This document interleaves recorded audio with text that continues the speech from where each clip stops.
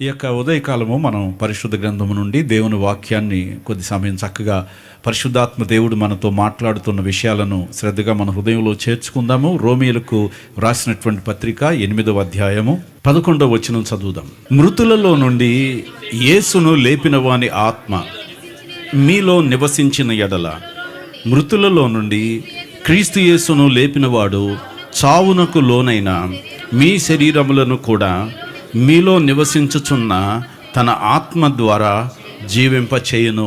దేవుడు ఈ వాక్యాన్ని బట్టి మనలను బలపరచునుగాక. ఆమెన్.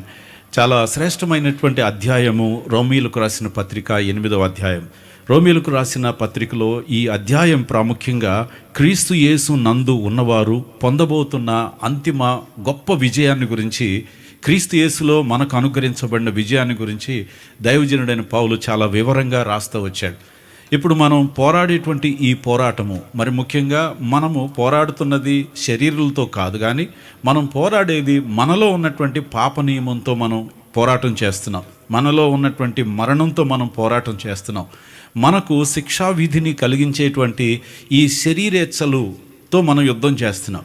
ఈ యుద్ధంలో మనము అంతిమంగా విజయం సాధించాలి అంటే యేసుక్రీస్తు యొక్క పునరుద్ధాన బలము మనలో పనిచేస్తే తప్ప, యేసుక్రీస్తు యొక్క పునరుద్ధాన శక్తి, మృతుల్లోంచి క్రీస్తును లేపిన వాని ఆ ఆత్మ మనలో పనిచేస్తే తప్ప మనము ఏ విజయాన్ని అయితే పొందాలనుకుంటున్నామో ఆ అల్టిమేట్ విక్టరీని పొందడం అనేది మన సొంత బలాన్ని బట్టి, మన సొంత ఆత్మను బట్టి మనము చేయలేం.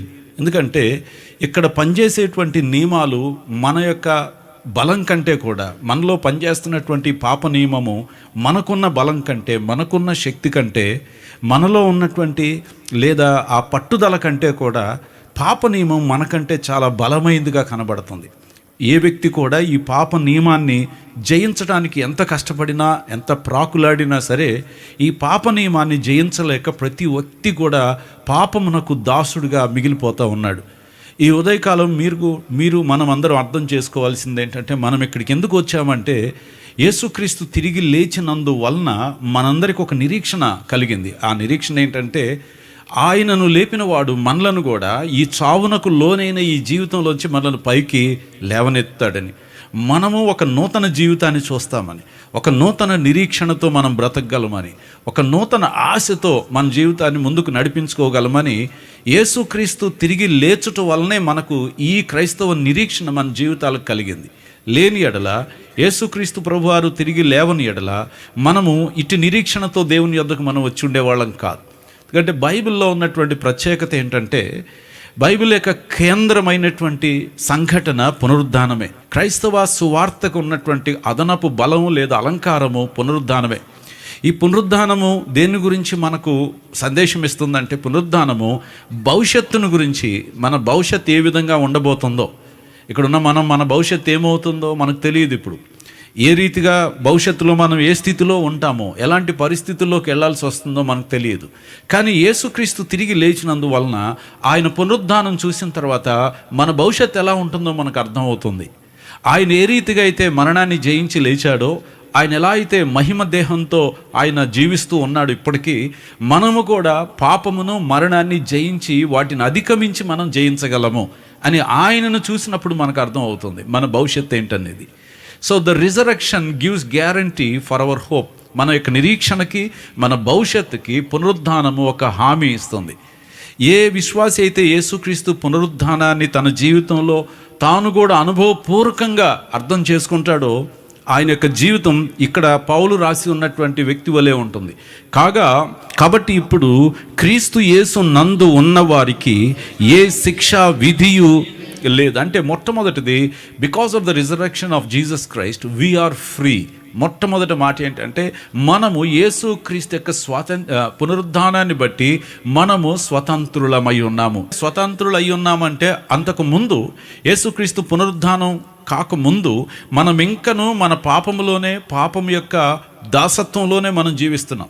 ఎందుకనగా మన లోపల కొన్ని రూల్స్ పనిచేస్తున్నాయి, నియమాలు పనిచేస్తున్నాయి. ఆ నియమం ఏంటని వాక్యం చూస్తే బైబిల్ ఏమంటుంది?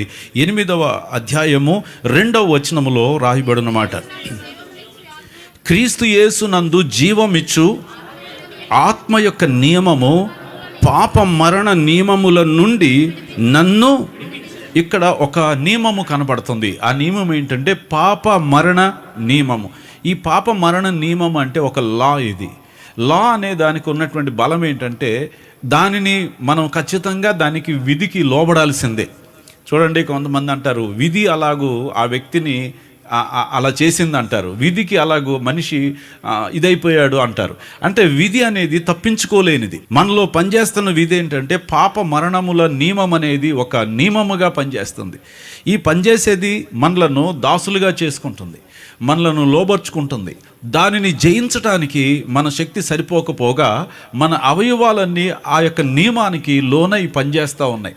ఎంత మనం పాపాన్ని కాదనుకుని మనం నెట్టుకుని ముందుకు వెళ్దామన్నా సరే మన లోపల ఉండి అది మనలను ఇంకా ఇంకా లొంగ తీసుకుంటూ మనలను దాసులుగా చేసింది. రోమీయులకు రాసిన పత్రిక 6వ అధ్యాయం, రోమపత్రిక 6వ అధ్యాయము 15వ వచనమును చదువుదాం. అట్లైన ఎడల కృపకే గాని ధర్మశాస్త్రమునకు లోనగు వారము కామని పాపము చేయుదమా? అదెన్నటికీ కూడదు. లోబడుటకు దేనికి మిమ్మును మీరు దాసులుగా అప్పగించుకొందురో అది చావునకు నిమిత్తముగా పాపమునకే గాని నీతి నిమిత్తముగా విధేయతకే గాని మీరు దేనికి లోబడుదురో దానికే ఏమవుతారు? ఇప్పుడు దేనికి మనం లోనైతే దానికే దాసులం అవుతాం. ఆదాము పాపం చేసి దేనికి లోనయ్యాడు? పాపానికి లోనయ్యాడు.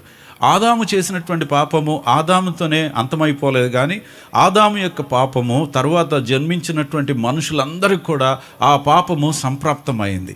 ఆదాము నుండి వచ్చినటువంటి ఆ పాపం ఉట్టి పాపంగానే మన జీవితంలో ఉండిపోలేదు, కానీ పాపానికి వలన వచ్చిన ఇంకొకటి కూడా దానికి తోడయింది. పాపానికి వచ్చు జీతమైన మరణం. ఇప్పుడు ఈ రెండు మనిషి మీద ఎంత బరువుగా ఉన్నాయంటే ఈ బరువుని మనిషి మొయ్యలేకపోతున్నాడు. Man is unable to bear the weight of the sin and guilt and the power of the death. ఆ మరణం యొక్క శక్తి మనిషి భరించలేనంత బరువు మనిషిని మీద పనిచేస్తూ మనిషి మీద ఏలుబడి చేస్తున్నాయి. అంటే అవి రూల్ చేస్తున్నాయి, అవి చెప్పినట్టుగా మనిషి వాటికి లోబడిపోయినటువంటి వాడుగా ఉన్నాడు. అందుకని మనిషి ఏం చేశాడంటే అనేక రకాలైన బలులను, అర్పణలను సమర్పించి దేవునికి ఏదైనా కానుకలు ఇచ్చడం ద్వారా నా పాపం నుంచి నేను విడుదలవ్వాలని ప్రయత్నించాడు, కానీ పాపమును తీసివేయటం అసాధ్యంగా మారిపోయింది. ఇటువంటప్పుడు ఈ పాపము నుంచి బయటపడాలంటే, దీని యొక్క పవర్ నుంచి మనిషి విడుదల అవ్వాలంటే మనిషికి ఇంకొక నియమము తనలోనికి రావాలి. ఇప్పుడు పాప మరణాన్ని నియమాలకు ఇంకొక నియమము ప్రవేశపెట్టినట్లయితే ఆ నియమము ఈ నియమం మీద బలం ఇస్తుంది. ఏంటి ఆ నియమం అంటే పాప మరణ నియమముల నుండి క్రీస్తు యేసునందు జీవమునిచ్చు ఆత్మ నియమం అన్నాడు. ఇప్పుడు అంతకుముందు పాప మరణ నియమమే ఉంది మనలో. ఎప్పుడైతే పునరుద్ధానుడైన యేసు ప్రభువారు సజీవుడై తిరిగి లేచాడో ఆయన మనకు అనుగ్రహించినటువంటి నియమం ఏంటంటే క్రీస్తునందు జీవమునిచ్చు ఆత్మ నియమం. అంటే పాపం నిన్ను చంపేస్తుంది, పాపం నిన్ను దాసునిగా చేసింది, పాపము నిన్ను లోబర్చుకుంది, పాపము నిన్ను నలగొడుతుంది, పాపము నీ జీవితాన్ని దుఃఖమయంగా మార్చేస్తే పునరుద్ధానుడైన యేసు ప్రభువారు పాపాన్ని జయించి మరణాన్ని జయించి తిరిగి లేచినందువలన ఆయన మనకు ప్రసాదించినటువంటి ఇంకొక నియమం ఏంటంటే దీనికి పోటీగా ఇంకో నియమాన్ని ఆయన మన జీవితాల్లోని తీసుకుని వచ్చాడు. ఎవరైతే ప్రభువుని విశ్వసిస్తారో వాళ్ళ జీవితంలోనికి ఇంకొక రూల్ ప్రవేశపెట్టబడింది. ఆ రూల్ ఏంటంటే ఈ రూల్ కాదు, దీనికి యాంటీగా ఇంకొక ప్రభుత్వం వచ్చింది. ఆ ప్రభుత్వం ఏంటంటే ఆత్మ ద్వారా పనిచేసేటువంటి ఆత్మ యొక్క నియమం అంట. హల్లెలూయా. ఈ ఆత్మ నియమం ఏమిస్తుంది? జీవం ఇస్తుంది. పాప నియమం ఏమిస్తుంది? మరణాన్ని ఇస్తుంది. ఎప్పుడైతే ఆత్మ నియమం మనలో పనిచేస్తుందో ఈ పాపము మరణము అనేది ఉన్నప్పటికి కూడా వాటిని జయించి వాటి నుంచి విడుదలవటానికి మనిషికి చాలా అవకాశం కలుగుతుంది. ఇప్పుడు ఈ దినమందు మనందరం ప్రభువైన యేసునందు విశ్వాసం ఉంచడం ద్వారా ఇక మీదట నేను పాపిని కాదు, నేను పాపమునకు దాసుడను కాదు నేను అనే ఒక గొప్ప స్వేచ్ఛ మన జీవితంలో ప్రభువైన యేసుక్రీస్తు వారు దయచేశాడు. హల్లెలూయా, హల్లెలూయా. అందుకే ఇప్పుడు మనం ఏమై ఉన్నామంటే యేసు క్రీస్తునందు స్వతంత్రులమై ఉన్నాం. ఏమై ఉన్నామండి? దేని నుండి స్వతంత్రులమయ్యాం మనం? పాప నియమము నుండి స్వతంత్రులమయ్యాం. ఏ నియమము ద్వారా స్వతంత్రులయ్యాము? జీవమునిచ్చు ఆత్మ నియమం మనలోనికి వచ్చింది కనుక ఇప్పుడు పాపము మన మీద ప్రభుత్వం చేసి నేను నడిపిస్తాను, నువ్వు నడవాలి, నేను చెప్పినవి నువ్వు చేయాలి, నేను చేయించిన ప్రతి పని నువ్వు చేయాలని పాపం ఇక మీదట మన ఒత్తిడి చేయలేదు. పాపం యొక్క బలత్కారం మన మీద పనిచేయటం లేదు. కారణం ఏంటంటే పాపం యొక్క స్థానంలో ఇప్పుడు మనం జీవమునిచ్చు ఆత్మ నియమానికి మనము అధికారం అప్పగించాం. యేసుక్రీస్తు ప్రభువే నా జీవితం మీద ప్రభువుగా ఉంటాడు, ఆయన ఆత్మే నా మీద పనిచేస్తుంది, నేను పాపమునకు దాసుడను కాదు, ఇప్పుడు నేను లోబడుటకు నేను ఆత్మకు నన్ను నేను విధేయునిగా చేసుకున్నాను. ఎందుకనగా యేసు నన్ను పాపము నుంచి విడిపించాడు కనుక ఇక మీదట నేను ప్రభు మాట వింటాను అని ఎవరైతే ప్రభువుకి విధేయత చూపిస్తారో, విధేయత చూపించిన వారి యొక్క జీవితాల మీద ఆత్మ ప్రభావం చూపించడం ప్రారంభం అవుతుంది. The spirit rule will begin in their life. అంటే పాపం యొక్క ప్రభుత్వం తగ్గిపోతుంది, ఆత్మ యొక్క ప్రభుత్వం వాళ్ళ జీవితంలో స్పష్టంగా కనిపిస్తుంది. మన జీవితంలో ఆ స్థితికి మనం చేరుకునే వారంగా ఉండాలి. మీరు స్వతంత్రులు అవ్వాలనుకుంటే ఇక మీదట మీరు పోరాడుతున్నటువంటి ఈ యొక్క సమస్తముతో మీరు విజయం సాధించాలంటే మీరు మొట్టమొదట దేవుని ఆత్మ నియమము చేత నడిపించబడుతున్న వారుగా మీ జీవితాల్లో మీరు చూసేవారుగా ఉండాలి. మీరు దేవుని ఆత్మచేత నడిపించబడకపోతే సమస్య ఏంటంటే మీరు పాపం యొక్క ఉద్దేశాలను మీరు నెరవేరుస్తారు. దేవుని ఆత్మచేత నడిపించబడ్డారనుకోండి, దేవుని యొక్క చిత్తాన్ని మాత్రమే మీరు నెరవేరుస్తారు. దేవుని యొక్క ఆలోచనలు మాత్రమే నెరవేర్చడానికి మీరు ఎప్పుడు కూడా దేవుని ఆత్మతో ఏకీభవించే మనసు కలిగిన వారై ఉంటారు. అప్పుడు దేవుని ఆత్మ మీ ఆత్మతో కలిసి ఏకీభవిస్తాడు ఆయన. Then the spirit of the Lord will agree with your spirit. మీ ఆత్మతో ఆయన ఏకీభవిస్తాడు. రోమీయులకు రాసిన పత్రిక 8వ అధ్యాయంలో మనం చూస్తే 26వ వచనంలో దేవుని వాక్యం అంటుంది, అటువలే ఆత్మయు మన బలహీనతను చూచి ఏం చేస్తారు? సో ఎప్పుడైతే మీరు ఆత్మ నియమానికి మీరు మీ హృదయాన్ని అప్పగించుకుంటారో, లేదా పునరుద్ధానుడైన యేసునందు విశ్వాసం ఉంచి ప్రభు యొక్క ఆత్మకు మీరు చోటు అనుగ్రహిస్తారో, పరిశుద్ధాత్మని యొక్క ఏలుబడిని మీ జీవితంలో అనుమతిస్తారో, ఆత్మదేవుడు వచ్చి మిమ్మల్ని చూసి మీరు దేంట్లో బలహీనులుగా ఉన్నారో ఆయన చూస్తాడు. మిమ్మల్ని మీరు ఎక్కడ తప్పిపోతున్నారో ఆయన మీకు ఆ సమయంలో వచ్చి మీకు సహాయం చేస్తాడు. మీరు ఏ విషయంలో పోరాడి మీరు ఓడిపోతున్నారో ఆ ఓడిపోతున్న పరిస్థితుల్లో ఆయన వచ్చి తన బలాన్ని మీకు అనుగ్రహించి ఆ పాపం మీద, దుర్నీతి మీద, చెడుతనం మీద మీకు విజయం అనుగ్రహించి యేసుక్రీస్తునందు మిమ్మల్ని స్వతంత్రులుగా నడిపించడం మీ జీవితంలో చూస్తారు. హల్లెలూయా. కనుక ఈ ప్రపంచంలో 2 రకాలైన గుంపులు ఉంటాయి. ఒకటేమో పాప నియమం చేత నడిపించబడేటువంటి గుంపు. వాళ్ళు పాప నియమాన్ని అనుసరించి పాపం యొక్క చిత్తాన్ని, పాపం యొక్క ఆలోచన ప్రకారమే జీవితాన్ని జీవిస్తారు. రెండో వాళ్ళలో కూడా పాప నియమం ఉంటుంది. పాప నియమం అందరిలో ఉంటుంది, ప్రతి మనిషిలో. కానీ వీళ్ళల్లో 2వ నియమం కూడా పనిచేస్తుంది. ఆ నియమం ఏంటంటే జీవమునిచ్చు ఆత్మ నియమం పనిచేయడం వలన ఈ పాప మరణము అనేది నియమాన్ని మన మీద పెట్టినప్పటికి కూడా ఈ పరిశుద్ధాత్మ దేవుడు జీవమిస్తున్నాడు కనుక, బలహీనతల్లో సహాయం చేస్తున్నాడు కనుక ఈ పాపమును జయించే శక్తిని ఆయన దయచేస్తూ విశ్వాసులకు విజయాన్ని దయచేస్తున్నాడు. అందుచేత అపోస్తలుడు అంటాడు, కాబట్టి ఇప్పుడు క్రీస్తు యేసు నందు ఉన్న వారికి ఏ శిక్షా విధి వాళ్ళ మీద పాప నియమం పనిచేయలేదు కనుక వాళ్ళ మీద ఇక మరణానికి అధికారం కూడా లేదు. అంటే కేవలం శరీర సంబంధమైన మరణం అనగానే భౌతిక చావు అని మీరు అనుకోకూడదు. మరణం అంటే అర్థం ఏంటంటే దేవుని నుంచి శాశ్వతంగా దూరమైపోయే భయంకరమైన ఇంకొక మరణం ఉంది. దాని పేరు బైబిల్ చెప్తుంది రెండవ మరణం. రెండవ మరణము నుంచి, పాప మరణ నియమాల నుంచి దేవుని ఆత్మ మనలను విడిపిస్తాడు. సో విశ్వాసి స్వతంత్రుడిగా జీవించగలుగుతాడు. ఎప్పుడైతే మనం స్వతంత్రులు అవుతామో మన మీద ఇక శిక్ష లేదు. ఎందుకనంటే శిక్షించటానికి పాపానికి ఇప్పుడు ఎటువంటి హేతు కనిపించటం లేదు. ధర్మశాస్త్రం కూడా వచ్చి మనల్ని ఇప్పుడు ఈ వ్యక్తి పాపి అని చెప్పి ధర్మశాస్త్రం కూడా మన మీదకి వచ్చి నేరస్థాపన చేయలేదు. ఎందుకంటే క్రీస్తు యేసు యొక్క జీవమునిచ్చు ఆత్మ నియమం మీలో పనిచేస్తున్నప్పుడు మీ మీద ఈ వ్యక్తిని శిక్షించాలి, ఈ వ్యక్తి పాపం చేశాడు, లేదా ఈ వ్యక్తి అపరాధి అని అనటానికి ఈ లోకంలో ఉన్న ఏ వ్యక్తికి, ఏ వ్యవస్థకు కూడా మీ మీద నేరం మోపటానికి అధికారం లేదు. రోమాపత్రిక 8వ అధ్యాయం 31వ వచనం చదువుదాము. ఇట్లుండగా ఏమందుము? ఎవరు మన పక్షాన ఉన్నాడు? ఇప్పుడు మీకెందుకు శిక్షా విధి లేదో తెలుసా అండి? దేవుడు మీ పక్షమున ఉండగా మనకు విరోధి ఎవడు 33 దేవుని చేత ఏర్పరచబడిన వారి మీద నేరము మోపువాడు ఎవడు? నీతిమంతులుగా తీర్చు దేవుడే. శిక్ష విధించు వాడెవడు? చనిపోయిన క్రీస్తు యేసే. హల్లెలూయా. అంతేకాదు మృతులలో నుండి లేచిన వాడు, దేవుని కుడిపార్శ్వమున ఉన్నవాడు, మన కొరకు విజ్ఞాపనము కూడా చేయువాడు. ఇప్పుడు క్రీస్తు యేసు యొక్క ఆత్మ మీకు ఎలా జీవం ఇవ్వగలుగుతుందంటే, ఎవరు మీ మీద నేరం మోపటానికి ఎవరికి అధికారం ఇవ్వకుండా మీ పక్షాన ఆ శిక్షా విధిని నిర్వహించగలిగిన యేసుక్రీస్తే మీ కొరకు దేవుని కుడిపార్శ్వమున ఏం చేయించున్నాడు? ఆయన విజ్ఞాపన చేస్తున్నాడు. ఏమని చేస్తున్నాడు? తండ్రి, వీళ్ళు నేను కాపాడు తండ్రి, వీళ్ళు శోధనలో పడకుండా శోధన నుంచి వీరిని తప్పించుము, దుష్టుని యొక్క శోధనలో పడకుండా దుష్టుని నుంచి వీరిని కాపాడుము తండ్రి, రక్షించమని మన కొరకు ఆయన విజ్ఞాపన చేస్తాడు. కనుక ఇప్పుడు విశ్వాసికి శిక్షా విధి లేదు. శిక్ష లేదంటే అర్థము, శిక్ష నుంచి విడుదలయ్యాడంటే అర్థము ఆ వ్యక్తి స్వతంత్రుడయ్యాడని అర్థం. ఇక్కడ ఉన్నటువంటి మనందరి జీవితంలో ఇప్పుడు ప్రభు అయిన యేసుక్రీస్తు పునరుద్ధానం ఏం తీసుకొచ్చిందో తెలుసా? పునరుద్ధానం తెచ్చిన ఆశీర్వాదం ఏంటంటే, ఆయన మన అపరాధముల కొరకు చనిపోయాడు, అది మొదటి మాట అయితే, ఆయన మనలను నీతిమంతులుగా తీర్చబడుటకు లేచాడట. ఆయన యేసు లేచింది ఎందుకంటే మనలను నీతిమంతులనుగా చేయటానికి. మన పాపముల కొరకే చనిపోయాడు.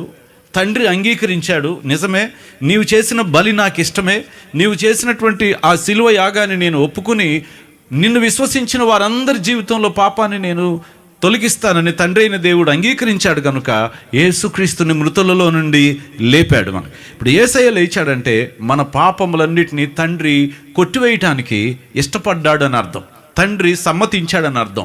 శిలువ కార్యానికి తండ్రి ఆమోద ముద్ర వేశాడని అర్థం. యేసు ప్రభువారు తిరిగి లేచినందువలన ఇప్పుడు ఆ పునరుద్ధానుడైన యేసు ప్రభువారు మనలో నివసిస్తుంటే, ఆయన ఆత్మ మనలో పనిచేస్తుంటే, ఇక మీదట పాప మరణములు మన మీద ప్రభుత్వము చేయనేరు. ఏ శిక్షా విధి ఇక మీదట మన మీద విధించువాడెవడను లేడు. మన మీద నేరము మోపేవాడు కూడా లేడంట. హల్లెలూయా, హల్లెలూయా. కనుక దైవజనుడైన పౌలు అంటాడు, తన్ను తాను ఈ యొక్క సందర్భంలో పెట్టుకుని అంటాడు, కాబట్టి ఇప్పుడు క్రీస్తు యేసు నందు ఉన్న వారికి ఏ శిక్షా విధియు లేదని చెప్తున్నాడు. ఈ యొక్క ఉదయకాలం మందు మీ జీవితంలో మీరు సంతోషంగా ఉండాల్సినటువంటి అంశం ఏంటంటే, ఎప్పుడైనా మీ మనసులో ఎప్పుడైనా పాత పాపాలు కానీ, పాత తప్పులు కానీ, పాత జీవితం కానీ మీకు మరలా గుర్తొచ్చి, ఒకప్పుడు నేను అట్లా ఉన్నాను, ఒకప్పుడు ఇలాంటి పని చేశాను, నా జీవితం ఇలాంటిదని మనలను కొన్ని రకాలైనటువంటి జ్ఞాపకాలు మన జ్ఞాపకం వచ్చి మనలను మనం అపరాధులుగా ఎంచుకుని కొన్నిసార్లు మనమే చాలా తక్కువగా చూసుకుంటాం. ఒకప్పుడు మన జీవితాలు ఎటువంటివి అనేది దేవుడు చూడటానికి ఇప్పుడు ఇష్టపడటం లేదు. ఆయన క్షమించాడు, మర్చిపోయాడు అంతే. ఆయన తన కుమారుడైన యేసు రక్తములో మన అపరాధాలకి చెల్లించాల్సినటువంటి మూల్యాన్ని మొత్తాన్ని చెల్లించేశాడు. ఇక మీదట మన మీద ఏ నేరమును మోపడానికి దేవుడు సిద్ధంగా లేడు. హల్లెలూయా. ఎందుకంటే ఆయన క్షమించే దేవుడు. ఆయన మన పాపములను గుర్తు చేసుకునేవాడు కాడు. ఇక మీదట మీరు కూడా మరలా మిమ్మల్ని మీరు పాప నియమానికి దాసులుగా అప్పగించుకోకుండా జీవమునిచ్చు ఆత్మ నియమానికే మిమ్మల్ని మీరు అప్పగించుకోండి. అంటే ఎల్లప్పుడూ మీరేం అడగాలి? పరిశుద్ధాత్మ దేవుడా, నా జీవితానికి మీరే ముందుండి నడిపించాలి.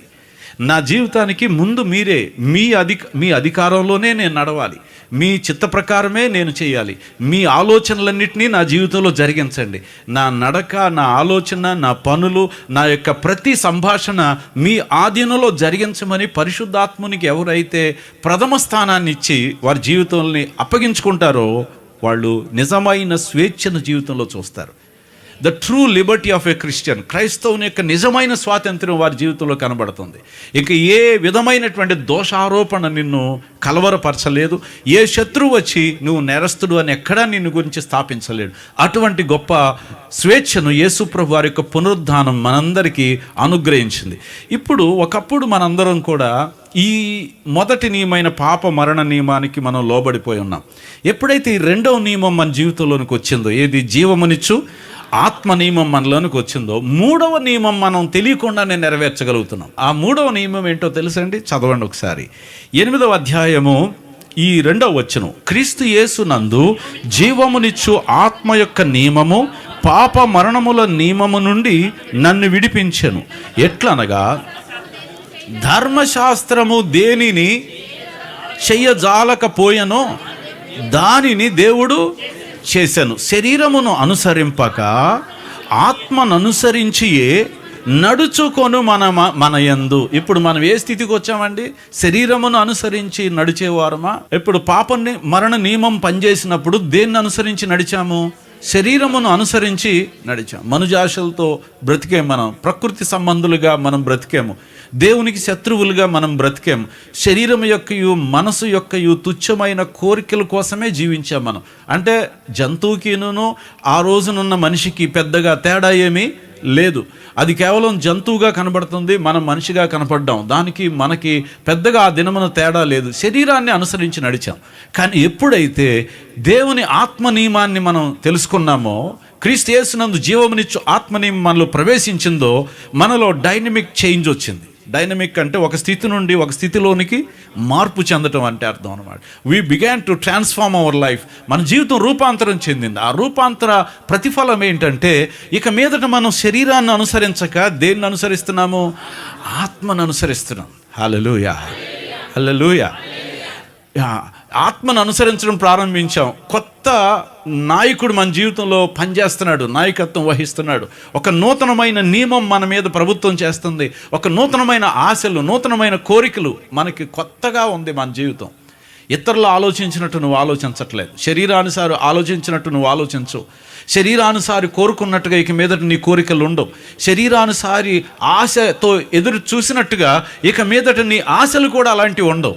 నీ ఆశలన్నీ ఎలా ఉంటాయి అంటే, క్రీస్తు యేసు నందున్నటువంటి వారికి ఉండాల్సినటువంటి ఆశలు, క్రీస్తు యేసు నందున్న వారి యొక్క తలంపులు, క్రీస్తు యేసు నందున్న వారి యొక్క ప్రవర్తన, క్రీస్తు యేసు నందున్నటువంటి వారి యొక్క అభిరుచి, కోరికలన్నీ కొత్తగా నీ జీవితం రూపాంతరం చెందింది.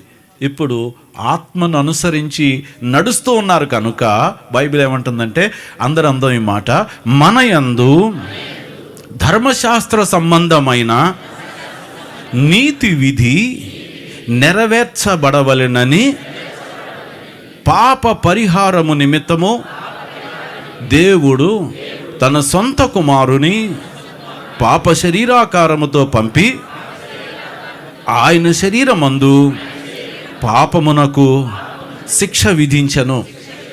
పాపానికి ఏం చేయబడింది? ఎవరి శరీరంలో ఎందుకు విధించబడింది? ఆయన కుమారుణ్ణి పాప శరీరాకారంతో పంపించి మనలో పనిచేస్తున్నటువంటి పాప మరణ నియమాలకు శిక్ష ఆయన శరీరంలో విధింపజేశాడు. ఇప్పుడు ఆయనలో ఉన్న ఆ జీవమునిచ్చు ఆత్మ మనలో పనిచేయటం ద్వారా మనం ఇప్పుడు ఆత్మను అనుసరించే వారంగా ఈ లోకంలో జీవిస్తున్నాం. స్పష్టంగా కనబడుతుంది. ఆత్మను అనుసరించేటువంటి ప్రజలు ఒక గుంపుగా ఉంటారు ఈ లోకంలో, శరీరాన్ని అనుసరించేటువంటి ప్రజలు వేరొక గుంపుగా కనబడతారు. ఈ రెండు రకాలైన వర్గాల్లో ఇప్పుడు మనం ఆత్మ స్వభావిగా మారాం కాబట్టి ఒక అద్భుతమైనటువంటి కార్యం మన జీవితంలో సాధ్యమైంది. ఆ కార్యం ఏంటంటే, ధర్మశాస్త్ర సంబంధమైన నీతి విధి నెరవేర్చబడిందంట. హల్లెలూయా. ధర్మశాస్త్ర సంబంధమైన ధర్మశాస్త్రం నెరవేర్చడం, ధర్మశాస్త్రం రాసిన వాడికే సాధ్యం కాలేదు. వాస్తవంగా ధర్మశాస్త్రం రాసిన మోషే కూడా ధర్మశాస్త్రాన్ని నెరవేర్చడం సాధ్యం కాలేదు. ఎందుకంటే ధర్మశాస్త్రం మంచిదే, బట్ మంచిదాన్ని చేయటానికి లోపల పనిచేసేది ఇంకొకటి కనబడుతుంది. 7వ అధ్యాయం రోమాపత్రిక 7వ అధ్యాయము 21, 22, 23లో చూస్తే, కాబట్టి మేలు చేయుగోరు నాకు కీడు చేయుట కలుగుచున్నదను ఒక నియమము నాకు. అయినా మేలు చేయాలనుకుంటున్నాడు కానీ కీడు చేసే ఇంకొక నియమం పనిచేస్తుందంట. వద్దు, నువ్వు మేలు చేయొద్దు. ఏం చేపిస్తుంది? అది కీడే చేపిస్తుంది. నియమం అంటే తనకంటే బలమైంది. ఏదో ఒత్తిడి చేసి చేయకూడదన్నా సరే నెట్టి ఆ పని చేపించేస్తుంది. తీసుకుని వెళ్ళి చేయొద్దు అనుకుంటున్నాడు, వెళ్ళి చేసేస్తున్నాడు. మోసం చేయొద్దు అనుకుంటున్నాడు, వెళ్ళి అబద్ధాలు ఆడేస్తున్నాడు. చేయొద్దు, అరే నేను ఎందుకు ఇలా చేస్తున్నా అనుకుంటున్నాడు, వెళ్ళి వ్యభిచారం చేస్తున్నాడు. చేయకూడదు అనుకుంటున్నాడు, వెళ్ళి మద్యానికి బానిస అవుతున్నాడు. చేయొద్దు అనుకుంటూనే చేస్తున్నాడు. ఎందుకంటే తనకంటే బలమైంది తన్ని ఈడ్చుకెళ్ళిపోతుంది. తనకంటే బలమైంది తన మీద ప్రభావం చూపిస్తుంది. చేయాలనుకున్నది చేయలేకపోతుండగా ఒక నియమం కనబడుతుంది. అంతరంగ పురుషుని బట్టి దేవుని ధర్మశాస్త్రమందు, వాక్యం చెబుతుంటే ఆనందంగానే ఉంది. దేవుని మాట వింటుంటే చెయ్యాలనే ఉంది, దేవుని మాట వింటుంటే విశ్వాసంలో నడవాలనే ఉంది, అన్నీ చెయ్యాలనే ఉంది. కానీ వేరొక నియమము నా అవయములో ఉన్నట్టు నాకు కనబడుచున్నది, అది నా మనస్సునందున్న ధర్మశాస్త్రముతో పోరాడుచు నా అవయములోనున్న పాప నియమమునకు నన్ను చెరపట్టి, అంటే జైలు మ్యాన్ కనుక వచ్చి జైలు సంఖ్యలు వేసి పట్టుకున్నట్టుగా వచ్చి పట్టేసుకుంటుందంట. వచ్చి నువ్వు మంచి చేయటానికి వీలు లేదు. ధర్మశాస్త్రం విషయంలో మనసు ఆనందిస్తుంది, చెయ్యాలని కోరిక ఉంది, చేద్దాం అనుకునే లోపల వేరొకటి వచ్చేస్తుంది. వచ్చి ఏం చేస్తుందంటే, బెబ్బెబ్బే నువ్వు ధర్మశాస్త్రం నెరవేరుస్తానంటే నేను ఎలా ఊరుకుంటాను, నువ్వు నీతి విధిని నీవు నెరవేర్చడానికి కుదరదని పాప నియమం వచ్చి పట్టుకుంటుంది. అంటే పాప నియమాన్ని ఎదిరించి వెళ్ళి ధర్మశాస్త్ర నీతి విధిని నెరవేర్చడం సాధ్యం కావట్లేదు. చెయ్యాలని ఉంది కానీ దీన్ని ఎదిరించి దీన్ని జయించి వెళ్ళి చేయాలి. దాన్ని అర్థమైందండి? మన బలము సరిపోవట్లే. ఇప్పుడు దీన్ని ఎలా చేయాలి అనుకుంటున్న తరుణంలో ఇప్పుడు ఒక ప్రత్యేకమైన నియమం మధ్యలో ఎంటర్ అయింది. అదేంటి? క్రీస్తు యేసునందు జీవమునిచ్చు. హల్లెలూయా. కొంచెం ఇబ్బందిగా ఉండొచ్చు ఈ లాస్ అనేవి అర్థం చేసుకోవడానికి, కొద్దిగా ఇబ్బందిగా ఉన్నా సరే, బట్ ఇప్పుడు మీకు ఈ స్టోరీ మొత్తం ఒక గ్రహింపుకి వచ్చిందని నేను అనుకుంటున్నాను. చెయ్యాలనుకుంటున్నాను కానీ ఇది పట్టేసి నన్ను వెనక లాగేస్తుంది. ఇట్టి తరుణంలో జీవమునిచ్చు ఆత్మ నియమంలో లోపల ప్రవేశించి ఏం చేసిందంటే, ఈ పాప మరణ నియమాలు వేసిన సంఖ్యలను ఏం చేసింది? అది విడిపించేసింది. హల్లెలూయా. ఇప్పుడు చేయటానికి నాకేమి బంధకాలు లేవు. ఇప్పుడు అర్థమైందండి? పాప మరణ నియమాలు తెగిపోయినాయి. ఇక మీదట అవి నా మీద ప్రభుత్వము చేయు, నీ మీదట ప్రభుత్వము. ఇప్పుడు మీరు చేయాలనుకున్న మేలు నిర్భయంగా మీరు ఇప్పుడు వెళ్ళి చేయొచ్చు. హల్లెలూయా. ఇదివరకు దేవుని చిత్తం చేద్దాము అని కోరుకుండేది కానీ చేయలేకపోతూ ఉండేవాడు.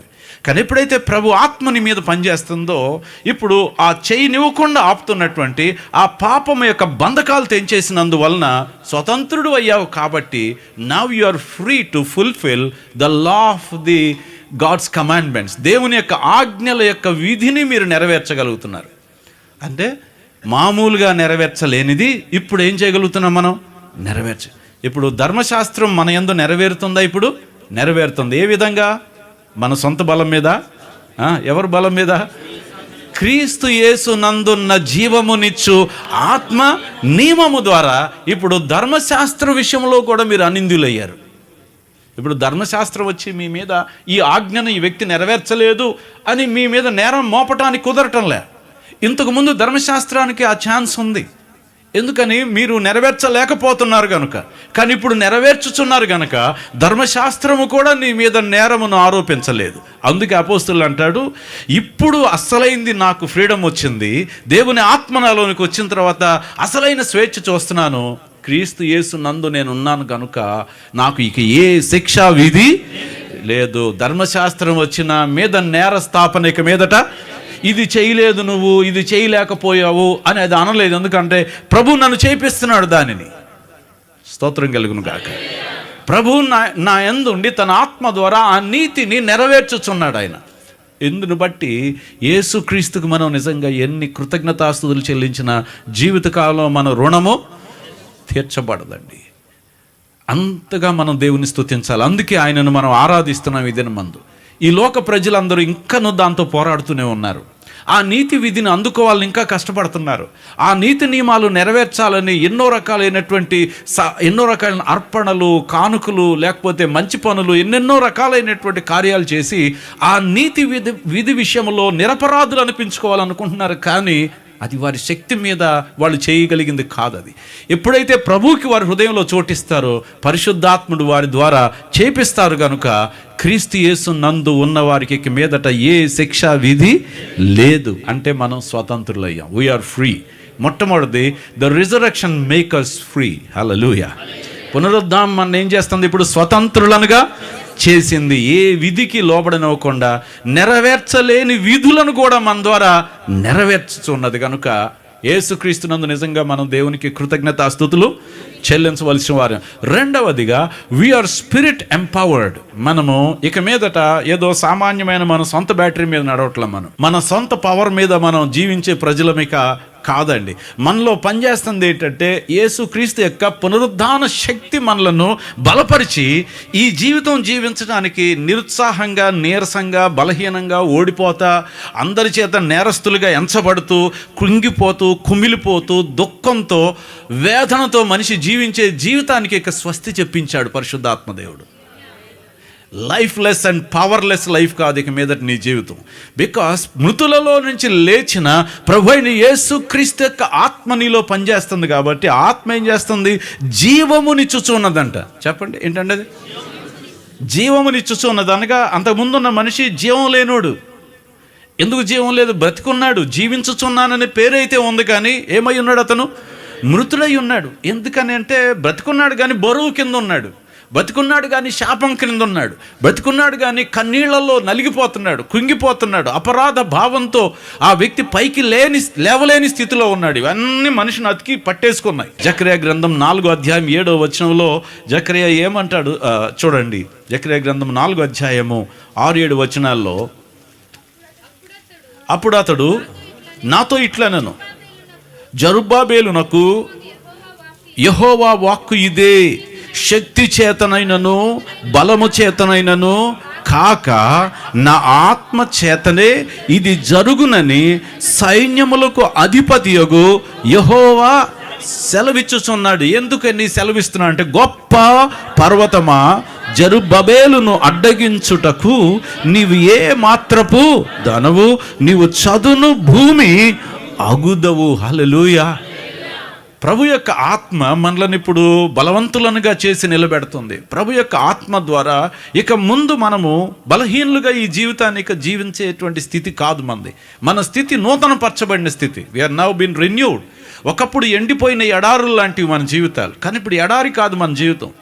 దేవుని ఆత్మ కుమ్మరించబడినటువంటి జీవితం. ఎడారి ఫలించి పుష్పించి కస్తూరి పువ్వులు పూసినట్లుగా దేవుని ఆత్మ దేశం మీద కుమ్మరించబడినప్పుడు ఒక నూతన ఉజ్జీవం వస్తుందని యెషయా ప్రవక్త చెప్పాడు. ఇప్పుడు మన లైఫ్ ఇది ఎండిపోయిన మోడైన జీవితం కాదు, ఇది ఆత్మచేత ఫలించుచూ ఉన్న జీవితం ఇది. ఆమేన్.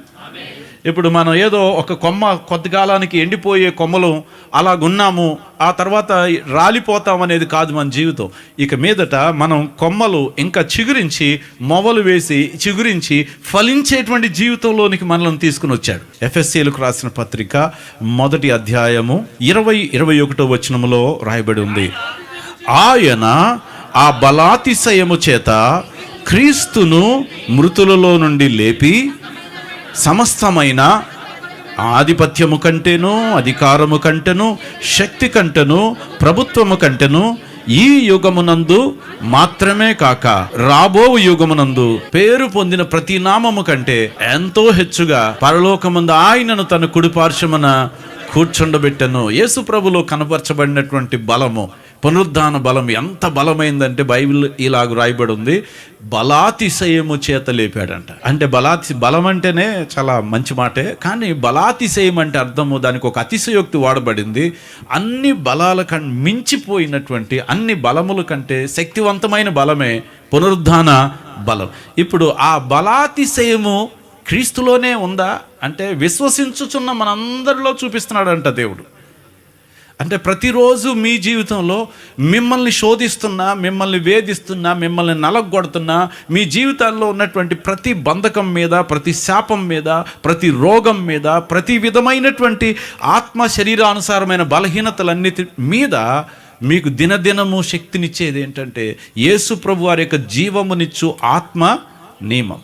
సో ఈ కొత్త జీవితం పాత జీవితం వంటిది కాదు. ఇది కొత్త జీవితం కన్నీరు లేని జీవితం, కొత్త జీవితము వేదన లేని, దుఃఖము లేని జీవితం, కొత్త జీవితం యేసుక్రీస్తునందు ఒక ఫలభరితమైన జీవితం, కొత్త జీవితం నిత్యానందంతో నింపబడిన జీవితం, కొత్త జీవితము కలవరము లేనటువంటి జీవితం. We live a life that is so happy, rejoicing in the Lord. దిగులు, విచారము, నింద, అవమానము, బాధ అనేది కాదు ఇక మీలో కనపడేది. సొగసు, సౌందర్యము, మహిమ, అటువంటివన్నీ మన జీవితంలో కొత్తగా కొత్త వెలుగు మీ జీవితాన్ని వచ్చి అలంకరించబోతుంది. ఎందుకంటే క్రీస్తు యేసునందున్న జీవము మీ జీవానికి శక్తినిస్తుంది.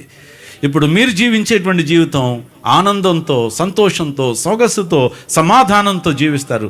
సడలిన చేతులు బలపరచబడతాయి, తొట్టిల్లిన మోకాళ్ళు దృఢపరచబడతాయి, తత్తరిల్లు హృదయములు భయపడకుండా ఉంటాయి. ఎందుకంటే ప్రభు అయిన దేవుడు మీ జీవితంలో ఉండి మీకు కార్యమును జరిగిస్తున్నాడు కనుక రెండవది పునరుద్ధానము మొట్టమొదట ఆశీర్వాదం మనకి ఇచ్చింది, మనల్ని స్వతంత్రులనుగా చేసింది. రెండవదిగా అది మనలను ఆత్మచేత బలవంతులనుగా చేసింది, స్పిరిట్ ఎంపవర్డ్ పీపుల్గా నిలబెట్టింది.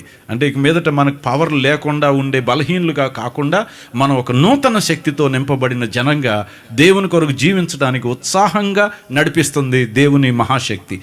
మూడవదిగా మనలను నిరీక్షణతో నింపుతుంది. దేంతో అండి? సో మనకున్నటువంటి నిరీక్షణ, బైబిల్ ఏం చెప్తుందంటే ఈ నిరీక్షణ మనలను సిగ్గుపరచదు. నిరీక్షణ ఎంత గొప్పదంటే జీవిస్తున్న ప్రతి మనిషికి అత్యవసరమైంది ఏంటంటే నిరీక్షణ.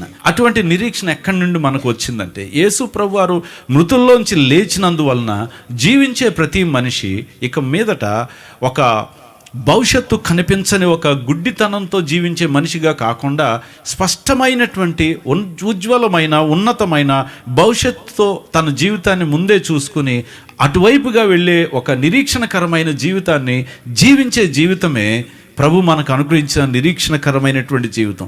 రోమీయులకు రాసినటువంటి పత్రిక 8వ అధ్యాయంలో మనకు రాబోయేటువంటి ఆ నూతన జీవితాన్ని గురించి అపోస్తులైన పౌలు చెప్తున్న మాటను ఈ సందర్భంగా మనం చదువుకుందాం. 5వ వచనం చదువుదాం.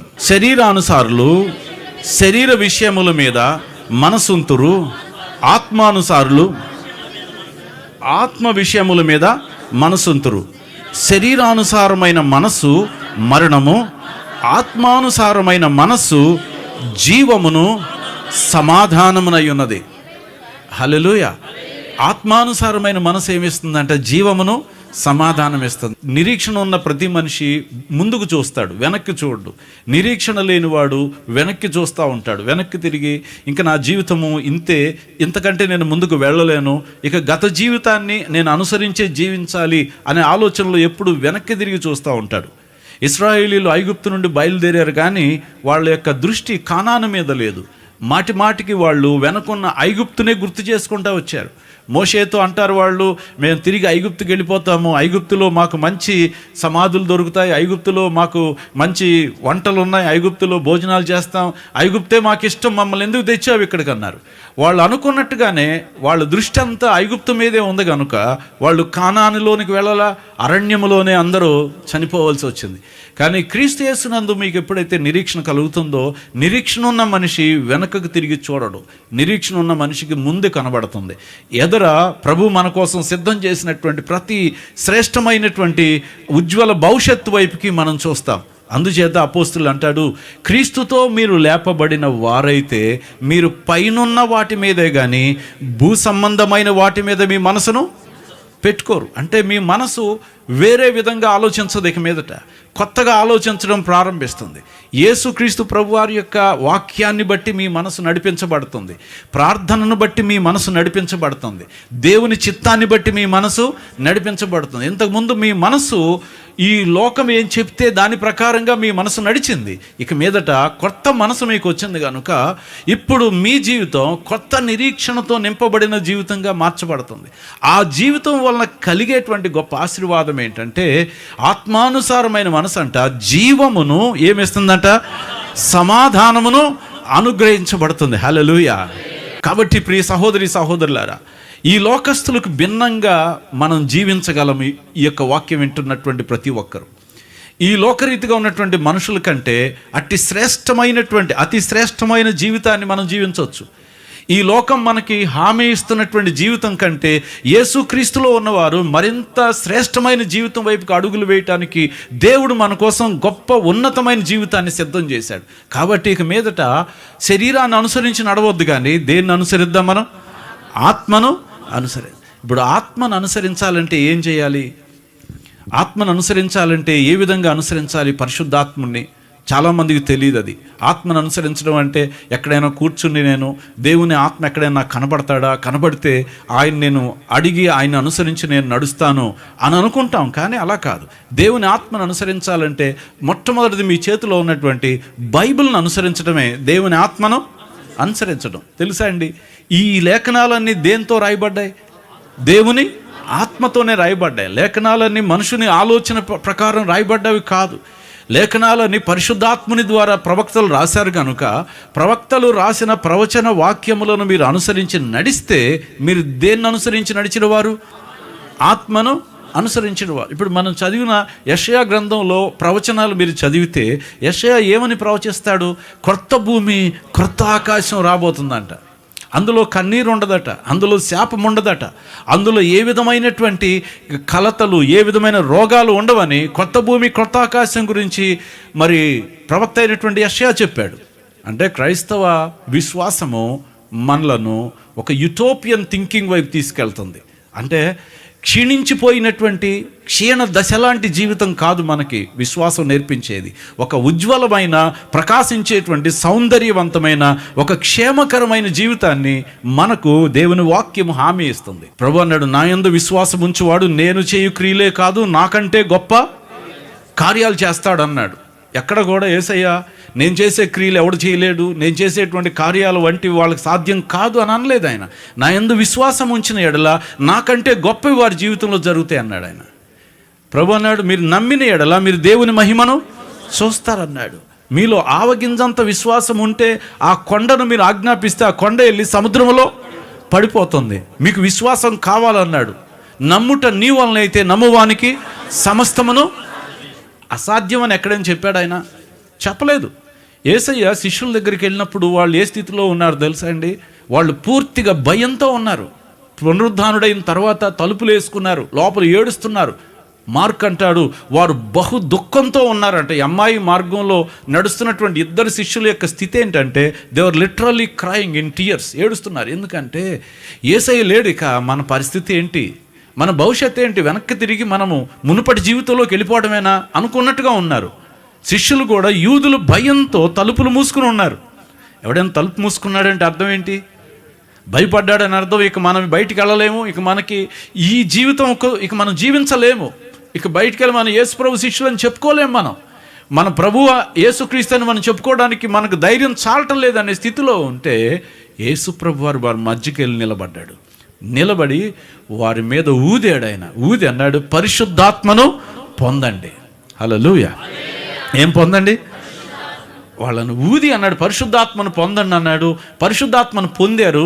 40 రోజులు వారితో కూడా అప్పుడప్పుడు కనబడుతూ, వాళ్ళతో మాట్లాడుతూ, కొన్నిసార్లు భోజనం చేస్తూ, కొన్నిసార్లు కొన్ని వాక్యాలు చెప్తూ, పునరుద్ధానుడు అయిన తర్వాత కూడా శిష్యులకు అద్భుతం చేసి చూపించాడు ఆయన. మీ వల వేయండి అన్నాడు. వల వేశారు. 153 గొప్ప చేపలు పడ్డాయి. తర్వాత ఆయన దరికి వారిని తీసుకుని వచ్చి రాయి మీద కూర్చుని వారికి చేపలు కాల్చి పెట్టి అన్నాడు, మీరు ఎందుకు ఇలాగున్నారు అని యేసయ్య పేతురుతో అన్నాడు, నీవు నా గొర్రెలను కాయము అని శిష్యులకు ఆయన అద్భుతం చేసి మరలా చూపించింది. ఎందుకో తెలుసండి? వాళ్ళు ఇక మీదట వాళ్ళు పాత జీవితానికి బానిసలై ఉండిపోకుండా ఉన్నతమైనటువంటి పిలుపును గుర్తించిన వారై క్రీస్తు యేసు యొక్క ఆత్మచేత నింపబడి దేవుని కోసం జీవించడానికి వారిని నడిపించాడు. హల్లెలూయా. అపోస్తలుడు పేతురు ఆ తర్వాత మారిపోయాడు మనిషి. ఆయన బయటకు వచ్చి ప్రజలందరి ముందు నిలబడి యేసుక్రీస్తు తిరిగి లేచాడు, మేము ఆయనకి ఏమై ఉన్నామండి, సాక్షులమై ఉన్నామని ఒక గొప్ప సాక్ష్యాన్ని చెప్పగలిగి ఉన్నాడు. ప్రియ సహోదరి సహోదరులారా, మనకు పునరుద్ధానము నూతన నిరీక్షణ నింపుతుంది. అంటే ఇంతకు ముందు జీవించినట్టు కాదు ఇక మీదట మన జీవితం. ఒక నూతన జీవితాన్ని మన జీవితంలో ప్రభు అయిన యేసుక్రీస్తు యొక్క శక్తి మనలను జీవింపజేస్తుంది కనుక అటువంటి ఆ ఆత్మానుసారంగా ఆత్మచేత నింపబడిన వారంగా నడిచినట్లయితే అది మనకు సాధ్యం.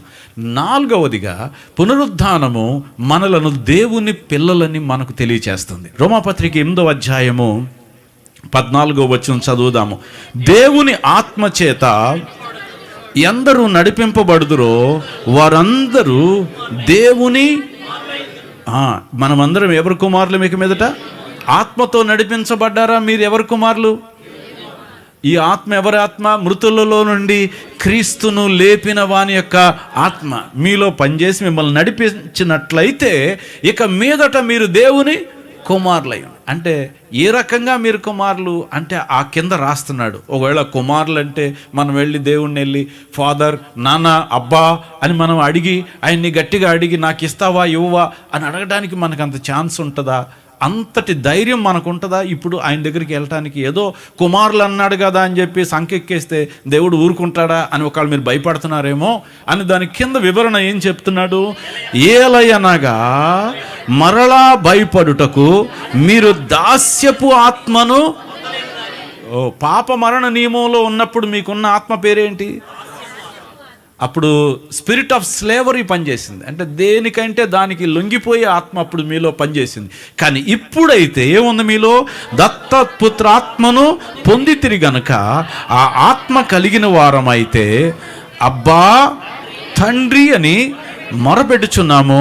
మనము దేవుని పిల్లలమని ఆత్మ తానే మన ఆత్మతో కూడా సాక్ష్యం ఇచ్చుచున్నాడు. ఆయన సొంత పిల్లల వలె మనం నాయన, తండ్రి అని మనం ఆయనకి మొరపెట్టగలుగుతున్నాం. అదే యేసుక్రీస్తు మృతుల్లోంచి లేచి ఉండకపోతే ఈ రోజున మనకి దత్తపుత్రాత్మ మనకి కలిగి ఉండేది కాదు. ఆయన ఆత్మచేత ఇప్పుడు నాయన, తండ్రి అని విజ్ఞాపన చేయడానికి, ఆయన మనకు సమాధానం ఇవ్వడానికి ఇప్పుడు దేవునికి మనం చాలా దగ్గరగా, దేవునికి సమీపస్తులుగా ఈ దినమున మనం గొప్ప స్థితిని పొందుకున్నాం, యోగ్యతను సంపాదించుకున్నాం. కనుక ఇక మరలా భయపడొద్దు అంటున్నాడు. మరలా ఇప్పుడు మీరు ఇక మీదట భయపడటానికి దాసులు కాదు, దాస్యపు ఆత్మ కాదు, మీరు కుమారుని ఆత్మను కలవారు గనుక నాయన, తండ్రి అని మీరు ప్రార్థన చేయండి. అంతేకాదు పరిశుద్ధాత్మ దేవుడు మన బలహీనతల్లో మనకు సహాయం చేసి మన పక్షానే ఉండి ఆయన ఉచ్చరింప సఖ్యము గాని మూలుగులతో మన పక్షము గాని విజ్ఞాపన కూడా చేసి మన యొక్క ప్రతి అవసరాన్ని తండ్రి యొద్ద వినిపించి మన ప్రతి మనవిని దేవుని చేత అంగీకరింపజేస్తాడు. తర్వాత పునరుద్ధానము ఇచ్చినటువంటి 5వ ఆశీర్వాదం ఏంటంటే వీఆర్ డెస్టిన్ టు గ్లోరీ. మనం మహిమ కొరకు నియమించబడినటువంటి వారమని పునరుద్ధానం రుజువు చేస్తుంది. మనం మట్టి కోసం నియమించబడిన జనం కాదు. మనం మీదట పునరుద్ధానం మనకేం రుజువు చేస్తుందంటే మనం మహిమ పరచబడబోతున్నాము. చెప్పండి, ఏం చేయబోతున్నాం? 100% షూర్ మనం ఏం పొందబోతున్నాం అంటే మన ఆ చివరి అంతిమంగా ఆఖరి దశ ఏంటి? మంది మహిమపరచబడతాం మనం. అంటే మనకి ఏ విధమైన ఆఖరి దశ? యేసుక్రీస్తును వెంబడించిన వారు ఫైనల్గా ఎక్కడికి వెళ్ళి ఆగుతారండి? వారి యొక్క ఫైనల్ డెస్టినేషన్ ఏంటండి? ప్రభువును వెంబడించి వెంబడించి వెంబడించి చివరికి సమాధిలోన మీ యొక్క అంతిమ స్థానము అంటే కాదండి. క్రీస్తును వెంబడించడం ద్వారా మన అంతిమ స్థానం ఏంటంటే, లేదా అంతిమంగా మనం పొందే దీవెన మహిమపరచబడబోతున్నాం. హల్లెలూయా. అటువంటి మహిమ మన కోసం రాబోతుంది. మహిమపరచబడేటువంటి దినము మనకు రాబోతుంది. చూడండి, రోమాపత్రిక 8వ అధ్యాయము 29వ వచనం చదువుదాం. ఎందుకనగా తన కుమారుడు అనేక సహోదరులలో జ్యేష్ఠుడగునట్లు దేవుడు ఎవరిని ముందుగా ఎరిగెనో వారిని తన కుమారునితో సారూప్యము గలవారగుటకు వారిని ముందుగా నిర్ణయించను. మరియు ఎవరిని ముందుగా నిర్ణయించనో వారిని పిలిచెను, ఎవరిని పిలిచెనో వారిని నీతిమంతులనుగా తీర్చెను, ఎవరిని నీతిమంతులుగా తీర్చెనో వారిని ఏం చేశారు? ఇప్పుడు ప్రభు యొక్క ఆత్మ మీలో పనిచేస్తే మీరు నీతిమంతులుగా తీర్చబడ్డారు. నీతిమంతులుగా తీర్చి వదిలేయటమే కాదు దేవుని ఉద్దేశం. కడిగేసి నిన్ను అక్కడ పెట్టి నువ్వు నీతిమంతుడు అని వదిలేయటమే కాదు దేవుని ఉద్దేశం. ఒక రోజున నన్ను ఏం చేయాలనుకున్నాడు? మహిమపరచాలనుకున్నాడు. He wants to glorify us. ఉన్నతమైన స్థితిలో ఆయన మనల్ని నిలబెట్టాలనే ఆశయం ఉన్నది. మహిమగల ప్రభు అయిన యేసుక్రీస్తుతో కూడా కలిసి ఆయనతో మనం రాజ్యం ఏలాలని దేవుని ఉద్దేశం. ఆయన యొక్క సంఘముగా, ఆయన రాజ్యముగా మనము ఆయన మహిమలో మనం కూడా పాలిభాగస్తులు అవ్వాలన్నది దేవుని యొక్క ఉద్దేశమైంది. అయ్యా మనం మహిమపరచబట్టాం అనే మాటకి మనకేమన్నా రుజువు ఉందా అని ఒకవేళ మీరు అనుకున్నట్లయితే 100% రుజువు ఉంది. అదేంటంటే యేసు ప్రభు వారు మహిమపరచబడ్డాడు. ముందు ఆయన సమాధిలోంచి తిరిగి ఆయన శరీరమే కనుక కుళ్ళిపోయి ఉండుంటే మహిమ అనే మాటకు అసలు అర్థం ఉండేదే కాదు. యేసు ప్రభు వారు మహిమ యొక్క రుచిని మనకు చూపించాడు. ఆయన మహిమ శరీరం ఎలా ఉంటుందో శిష్యులకు చూపించాడు. ఆయన ఒకసారి ముట్టుకోండి నా శరీరాన్ని అని ముట్టుకునిచ్చాడు. ఆయన అదే దేహంతో ఆయన గోడల్లోంచి తలుపుల్లో నుండి ఆయన వెళ్ళిపోవటం మనం చూసాం. అంటే యేసయ్య ఎలాగైతే మహిమపరచబడ్డాడో మనం కూడా ఆయన మహిమలో పాలిభాగస్థులము కానై ఉంటున్నాం. ఇటువంటి ధన్యత మనకు తెచ్చినటువంటి గొప్ప సంఘటన ఏంటంటే యేసు ప్రభు వారి యొక్క పునరుద్ధానం. యేసు తిరిగి లేచి మనకి ఇటువంటి ఆధిక్యతను అనుగ్రహించాడు కనుక రోమా 8లో రాయబడినటువంటి ఈ యొక్క విమోచించబడిన విశ్వాసి యొక్క విజయాన్ని మీరు ఒకసారి జాగ్రత్తగా ఇంటికి వెళ్ళి చదివి మీ జీవితంలో ఇట్టి విజయం మీరు పొందాలన్నది దేవుని యొక్క ఉద్దేశమై ఉన్నది. హల్లెలూయా. ఇట్టి విజయంలో మీరు జీవించాలి, శక్తితో జీవించాలి, స్వేచ్ఛలో జీవించాలి, నిరీక్షణతో జీవించాలి, మహిమ కోసం జీవించాలి. So if we can live in that way, ఎదురు చూస్తూ జీవిస్తే యేసుక్రీస్తునందు జీవించే వాళ్ళకి అంతిమంగా అత్యధికమైన విజయం దేవుడు దయచేస్తాడు. కరువులు వచ్చినా, ఖడ్గాలు వచ్చినా, హింసలు వచ్చినా, ఉపద్రవాలు వచ్చినా, దేవదూతలు వచ్చినా, ఏది వచ్చినా క్రీస్తు నుండి మనలను ఏది వేరు చేయలేదు. ఈ విజయం ముందు ఏది అడ్డు రాలేదు. ఈ విజయం అంత ఉన్నతమైన విజయాన్ని దయచేశాడని ఈ 8వ అధ్యాయంలో దైవజనుడని పౌలు ఎంతో లోతైన రీతిలో మనకి వివరించాడు. కనుక ఈ వాక్యాన్ని మన హృదయంలో చేర్చుకుని, ప్రభువా అటువంటి విజయంలో నేను ఎప్పుడు నిలిచుండే ధన్యత నాకు దయచేయండి, నీ ఆత్మను నేను అనుసరించి జీవిస్తాను. ఈ యొక్క ఉదయకాలమందు నాకు కావాల్సింది శరీరాన్ని అనుసరించే జీవితం కాదు, ఆత్మను అనుసరించే జీవితాన్ని నేను కోరుకుంటున్నానని ప్రభు సన్నిధిలో అందరూ కూడా తలలోంచి ప్రార్థన చేద్దామండి. కృపగల మా తండ్రి, నీకే వందనాలు స్తోత్రాలు చెల్లిస్తున్నాను నాయన. ఈ యొక్క ఉదయకాలమందు మాతో మీరు మాట్లాడినటువంటి నేను పునరుద్ధానం యొక్క ప్రభావం ఎటువంటిదో మాకు తెలియచేసినందుకు స్తోత్రాలు చెల్లిస్తున్నాం నాయన. యేసుక్రీస్తునందు విశ్వాసం ఉంచినటువంటి మా జీవితాలకు మీరు అనుగ్రహించిన విజయం ఎంత ఉన్నతమైంది ప్రభువా. మేము దేనిని జయించలేకపోతున్నామో, దేని చేత మేము లోబడిపోతున్నామో వాటన్నిటిని జయించుటకు మాకు ఇచ్చినటువంటి ఆ జీవమునిచ్చు ఆత్మ నియమాన్ని బట్టి మిమ్మల్ని స్తుతిస్తున్నాం. ఈ యొక్క ఉదయకాలమందు ఈ మాటలు విన్నవారి జీవితాల్లో ప్రభువా ఇక మీదట పాపమునకు కానీ, పాప నియమానికి కానీ, మరణమునకు కానీ అధికారము లేకుండా ప్రభువా వారి జీవితాల మీద ఆత్మ నియమమునకు అధికారమును దయచేయమని ప్రార్థన చేస్తున్నాం. ఆత్మ స్వభావమును వారికి దయచేయండి, ఆత్మానుసారమైన మనస్సును దయచేయమని ప్రార్థించు. అబ్బా తండ్రి నాయనా అని ప్రార్థించేటువంటి ఆత్మాభిషేకమును వారికి దయచేయమని ప్రార్థన. భయపడకుండా, పిరికివారుగా ఉండకుండా, నిగ్రహ శక్తి కలిగినటువంటి నీ కుమారుని ఆత్మచేత వారిని అభిషేకించమని ప్రార్థన చేస్తున్నాం ప్రభు. ప్రతి విధమైనటువంటి నాయన కన్నీరు, దుఃఖము, దిగులు, విచారము, అవమానము, నింద ప్రతిదీ నీ ప్రజల జీవితంలోంచి కొట్టివేయమని ప్రార్థన చేస్తున్నాం ప్రభు. నైనా యెహోవా తేజస్సు, యెహోవా యొక్క మహిమ, యెహోవా యొక్క నైనా సౌందర్యమును ప్రభా అరణ్యము ఎండిన భూమి సంతరించుకున్నట్టుగా ఇక్కడున్న వారందరి జీవితాల మీద ప్రభా నీ యొక్క మహిమను వారి జీవితాలు అలంకరింప చేయమని ప్రార్థన చేస్తున్నాం. మీకే మహిమ ఘనత చెల్లిస్తూ యేసు నామముని మనవులు వేడుకొని ప్రార్థిస్తున్నాము తండ్రి, ఆమేన్.